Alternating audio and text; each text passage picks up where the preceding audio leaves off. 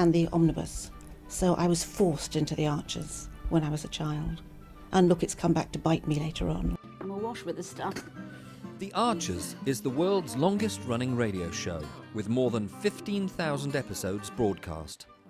Despite being a rural flavor show, The Archers is recorded in the heart of... Welcome to the Deep Dive. Today we're getting right into it, looking at how people handle, well, really high-pressure moments. We've got sources showing a community facing two big things at once.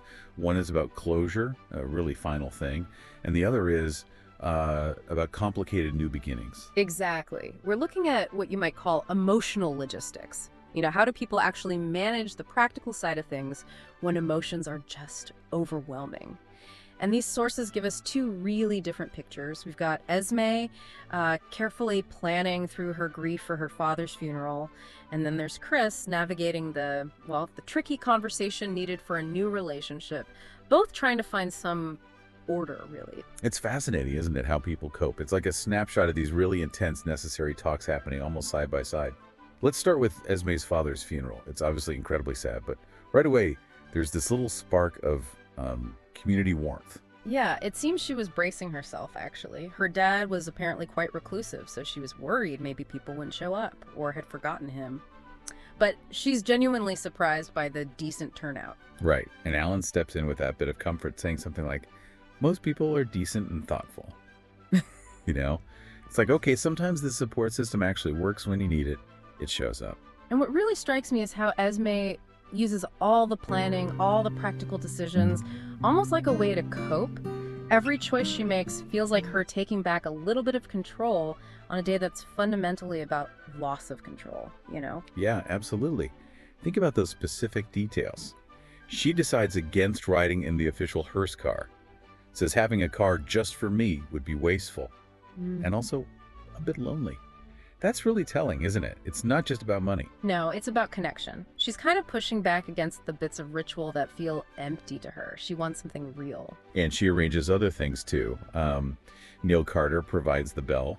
That's a nice personal detail. And the clothes, she wants black.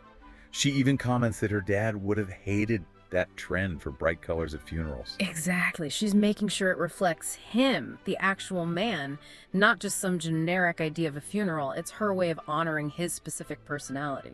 And that carries through to after the service too. No stuffy reception, just an informal get-together at the Bull. That feels much more like her, more comfortable, less like an obligation. And you can't ignore the behind-the-scenes stuff that makes this possible for her, like the farm. The sources clearly state Will and Josh are covering everything at Meadow Farm. That's crucial. You need someone to handle the basics so you can actually grieve. That's a really good point. That delegation is key. And it's not just local, is it? Her dad's cousins drove all the way from Barnsley. People really do make the effort when it counts, even when it's difficult. They do. And even the music choice, Elvis. Because her mom and dad loved Elvis. And when Esme slightly worries, like, is this okay? Is it unsuitable? Ellen just says, nothing is unsuitable. That's the final, okay, really. They've made this service about this person. Which brings us to the eulogy itself. She starts off quite vulnerably, saying, I probably won't be very good at it. Which honestly just makes you lean in more, doesn't it? Makes it feel real. Totally. And that honesty lets her get straight to the heart of who he was. She describes him as, honest, hardworking, practical, a man who knew who he was. And she doesn't gloss over the difficult bits either, acknowledging people saw him as grumpy and crusty as hell. But then she gives that amazing contrast. Not just soft underneath, but like a farm cat. That's brilliant imagery. Smart, alert, territorial, quick to spot a rat. It anchors him right there, in his world. And she takes that further, making this really powerful connection. Her dad was the farm, Meadow Farm itself. She describes the place solid, red brick, gray stone, maybe a bit crumbly, but safe, bedded into the land, just like him. And finding his notes, all those details about the cows' breeding lines, it just shows his complete dedication. He saw them as individuals. It's such a moving picture she paints. This carefully built moment of remembrance. Yeah. Which makes what happens next just, well, unbelievable. Oh, the timing is just wow. Right at that peak emotional moment, this absolute collision with the mundane. Hello, bread delivery, hello. Just like that. You have to picture the scene, right? This delivery guy just doing his route, completely oblivious, in a rush, didn't see the hearse outside, didn't clock it was a funeral service. All he cares about is the signature. I can't leave till it's signed for. The sheer bureaucracy of it. It's almost comical if it wasn't so awful. That signature, that tiny bit of paperwork suddenly becomes more important than this profound moment of grief. It really shows how everyday systems just keep rolling on, regardless of human emotion. The bread schedule waits for no one, apparently. Thankfully, David steps in to handle it, but, the mood is just shattered. Esme feels it's ruined. Her immediate thought is that this is how he'll be remembered. The grumpy old misery, whose funeral got derailed by the bread man. She thinks a whole solemn day is now just a joke in the pub. Introducing the Archer's Mug, where elegance meets everyday comfort. Crafted from premium white ceramic, designed with vibrant peekaboo colors inside, simple, modern, and stylish.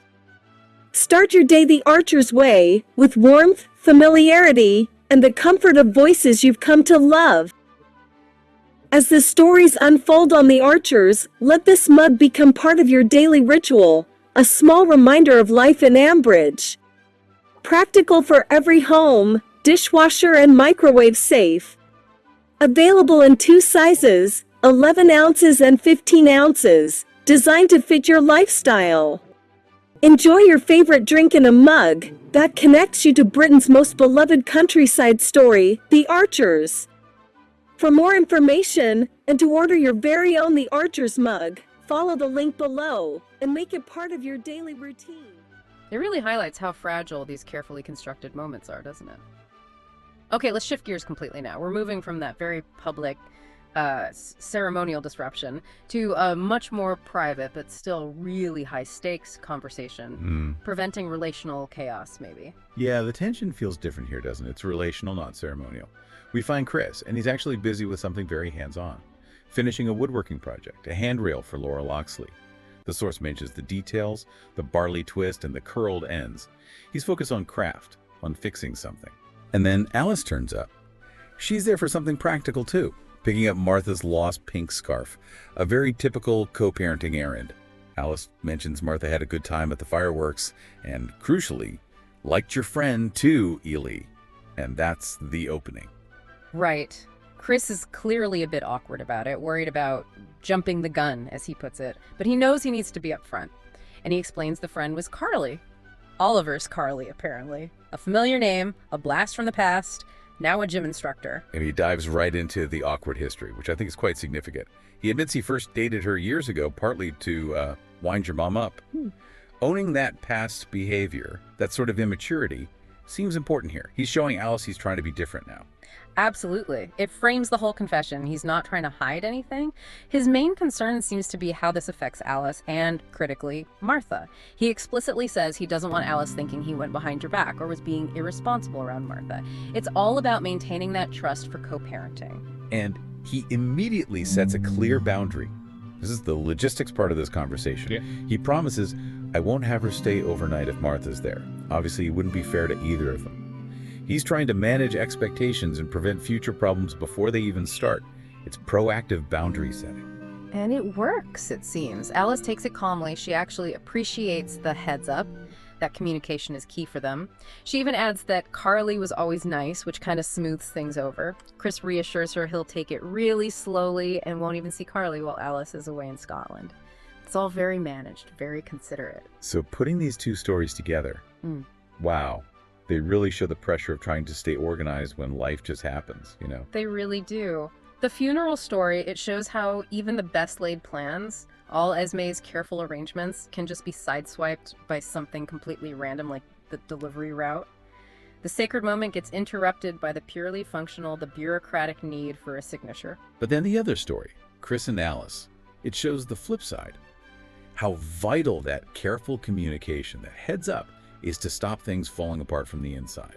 Chris had to manage his own spontaneous action immediately to avoid sort of repeating past mistakes or creating new chaos. Yeah, so emotional logistics isn't just about ticking boxes on a checklist. It's about anticipating where the outside world or your own past might crash in. Whether it's a bread delivery schedule or old relationship patterns, you need to figure out how to manage those intrusions. It does make you think, though, all the planning, the farm cover, the cousins traveling, Chris setting boundaries with Alice. It's all about controlling the chaos. And yet the bit that really sticks with you from this deep dive is probably the chaos itself, the bread man, the system failing. That's a great point. Which leads us to our final thought for you to consider. In a world that pushes for schedules, for efficiency, for everything running smoothly, what's the actual value of those moments that throw the script out the window? Does the sheer unexpected absurdity of the bread delivery interruption maybe tell us something more fundamental, more truthful about grief or community or just life than the perfectly rehearsed eulogy ever could? Something to think about there. Thanks for joining us on The Deep Dive. We'll catch you next time. So what are you doing now? Just getting ready for the next episode. Just And, moving mics around. So what do you do? I do the spot effects on the arches. Any Are you what we movements call Foley then? and- kind of. Yep. Okay. And these are all part of the paraphernalia of production. Yep. That's the ball bar. That's, This one. yep. That's. Haley so wanted to be in their own place when their baby came. It's due in 2 months. Not much chance of that now. No. I mean, it would have been a stretch for them financially, mind, but I just wish there was something practical I could do to help them, Caroline. I think The Archers has had this immense popularity over the years, basically because it has always very accurately reflected the reality of life and living in a rural community at whatever